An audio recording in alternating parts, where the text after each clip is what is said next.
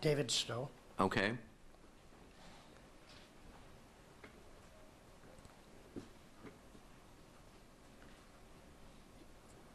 The significance now is not that whether you were Dodger fans and Bryan was a Giant fan. The sport of baseball pales to this action.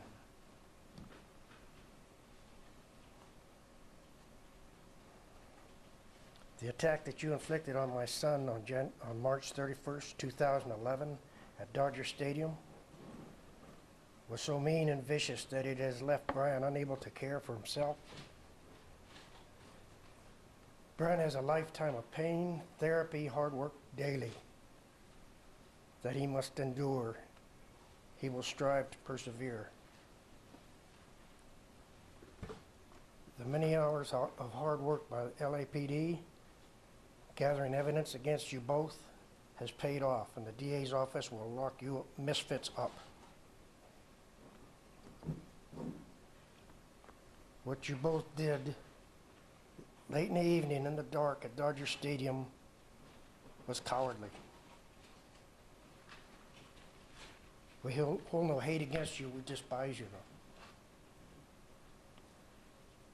The time you serve is insignificant compared to what Bryan must endure.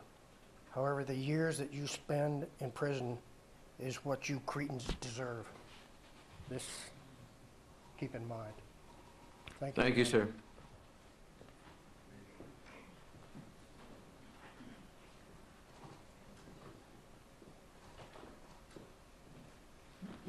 I'm Bonnie Stow. I'm Bryan's youngest sister. Good morning. Morning. Bryan is my older brother. I never imagined having to care for him the way I do. With my family, my sister, and my parents, we shower him, we dress him, we fix his meals, and we make sure he gets his 13 medications throughout the day. He takes 2 different anti-seizure medications to prevent the seizures he endured for months after you brutally and cowardly attacked him. You get to live your life as you choose. Bryan did not choose this. No sentencing you receive will ever be long enough. Eventually, you will be released. Bryan's sentence is a lifetime. You showed no conscience when you didn't come forward. You showed no remorse by dragging this out. Your lack of regret makes me despise you even more. I envy those people who can forgive others who commit crimes against their loved ones. I'm here to say I am not one of those people. Thank you, ma'am.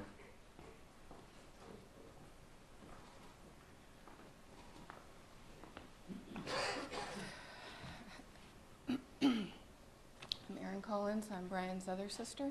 Good morning. Good morning. Before I read what I wrote, I have something the mother of his children wrote. Our son Tyler's first word was ball. His next word was daddy. And when they started playing catch, Bryan promised to play catch with him every day. And he did, until both of you took that away from him. Our daughter Tabitha loved to ride bikes with her daddy, and he did that every day. Again, until both of you took that away from him. Based on your actions, it is completely obvious that you have no respect for human life. I'm sure it never occurred to you that this person you felt the need to damn near kill may be a father to 2 beautiful, loving children. It's been extremely hard for me to try to explain to my children why this happened to their dad. What would you say to a child who doesn't understand the hatred you portrayed? We live in a completely different world than you, but my children had to learn early on that there are horrible, mean people that exist. Bryan was a paramedic and a damn good one. He worked very hard to get where he was, and had you been the one attacked and bleeding out, he was the type that would stop and try his best to save you.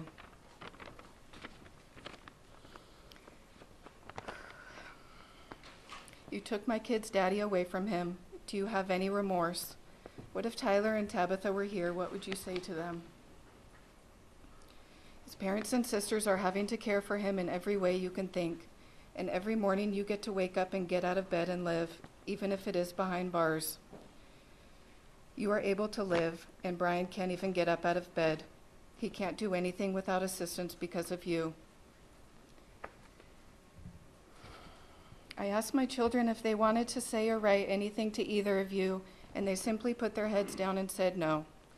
They still cry about how their dad is now, as do I. We will all miss the Bryan that you both took from us, again for no reason whatsoever. I teach my children that life is all about choices. Whatever choices you make, you need to be able to live with the consequences that follow. You made a choice to purposely and permanently disable a man, and in my mind with the intent to kill. Now you must live with that on your minds behind bars. And once again, that was from Bryan's children's mother.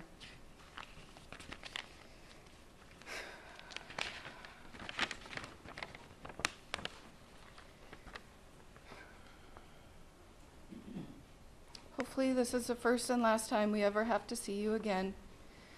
To say you got off easy is an understatement. Because of you both, Bryan's life nearly taken from him and will never be the same. That also goes for his children, our parents, my sister and I, all of our family and Bryan's friends. Because of your actions, Bryan can't go to the bathroom by himself. He can't shower by himself.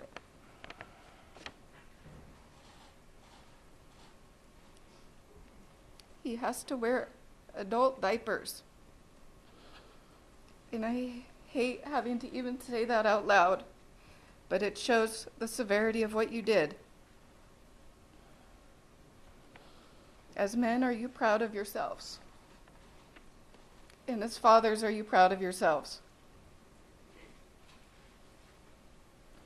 Being here, I'd hoped to see one tiny bit of remorse in order to not think you both are that despicable.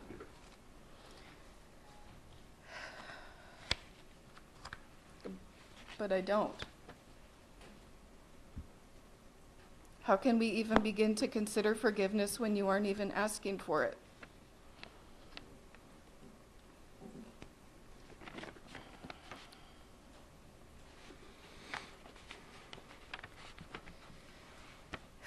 I'm still not sure I believe in karma, but if there is such a thing, then I imagine prison life won't be pleasant. I included on here that gives us some relief, but for me it doesn't. Because I feel sad. I feel sad for us, and I feel sad for your families.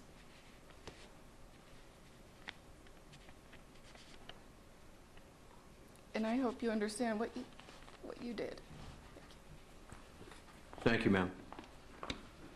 Any other victim impact statements? All right, before I impose sentence, let me just state the following. Mr. Norwood, Mr. Sanchez, I've been doing this for 15 and a half years, and I've heard so many trials and have presided over a number of case proceedings, and rarely do I comment. But this is the kind of case that demands it, that screams out that comment be made on this. You know, you, as has been stated by some of the individuals that addressed the court this morning, you not only ruined the life of Mr. Stow, the obvious victim in this matter, but of his children, his spouse, his family, his friends. You know, this, from what I know of Mr. Stow, he's an individual who was very decent. I mean, that is shown by the line of work he did, and that was a paramedic.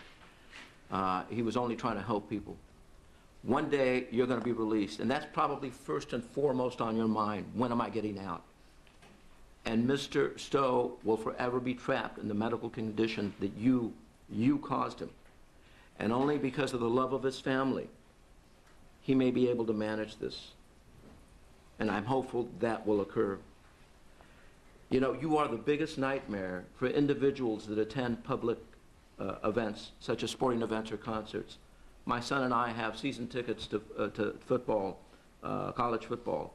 And my biggest fear, which is probably true for most of the people that appear there, and you don't have to stare at me, Mr. Sanchez, but I know you're paying attention to me, is that we run into people like you that have no civility. Oh, and you're smiling. You think it's funny. No civility, no respect for individuals. You don't respect the rights of individuals. And that is unfortunately, because I think that 99% of the people that attend these events are decent people. You know, and I have to comment, because I've been on this case from the very beginning. I presided over the preliminary hearing, and I have to comment on the manner of attack, which was absolutely brutal, absolutely vicious, and absolutely, in my opinion, cowardice. Not only did you blindside Mr. Stow, and once he was on the ground, and from what I know of the facts and the evidence presented at the preliminary hearing, it was obvious that he was incapacitated, but yet you continue to hit him on the head and kick him in the head, which tells me, and I can only reach one conclusion from that, that you're complete cowards when it comes to that. You didn't even engage in a fair fight. You had to overtake him in that way, and that is unfortunate. I have never seen, in all the months that I've had it, it's been over a year, even now, with your smirks, I'm talking about Mr. Sanchez, not so much about Mr. Norwood, you show no remorse whatsoever. No remorse to the family here. And that is something that is also unfortunate. You know, at the end of the day, it was only a game. Rivalry occurs all over this country. Giants, Dodgers, USC, UCLA. But it's a game at the end of the day, and you lost perspective. And that's unfortunate.